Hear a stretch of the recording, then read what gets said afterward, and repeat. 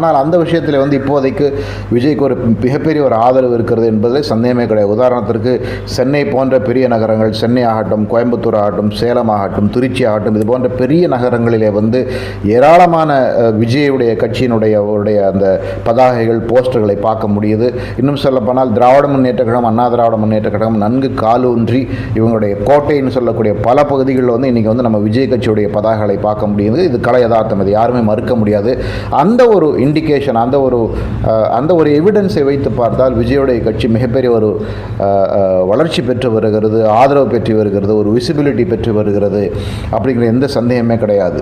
ஆனால் அதே வேளையிலே இந்த விசிபிலிட்டி வாக்குகளாக மாறுமா அப்படின்னு சொன்னாக்கா அது எந்த அளவுக்கு நடக்குங்கிறது உறுதியாக தேர்தல் முடிவுதான் சொல்ல வேண்டும். உதாரணத்திற்கு நாம் தமிழர் ஒருங்கிணைப்பாளர் சீமான் இந்த மாதிரி விசிபிலிட்டிகள் நடத்துவது, பொதுக்கூட்டங்கள் நடத்துவது, திருமுனை கூட்டங்கள் நடத்துவது, சளைக்காமல், இன்னும் சொல்லப்போனால் தேர்தல் நடக்கிறதோ இல்லையோ